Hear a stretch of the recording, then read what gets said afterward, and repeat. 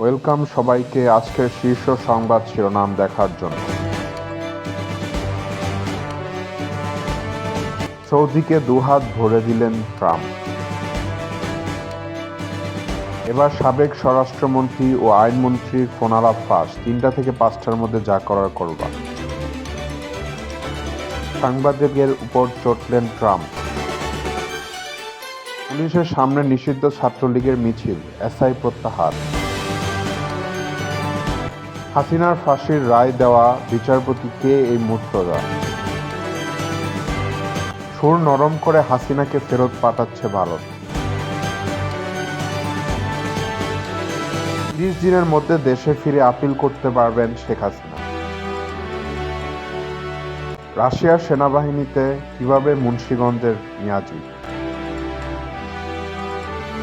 নির্বাচনে অংশ নিতে পারবে না আওয়ামী লীগ।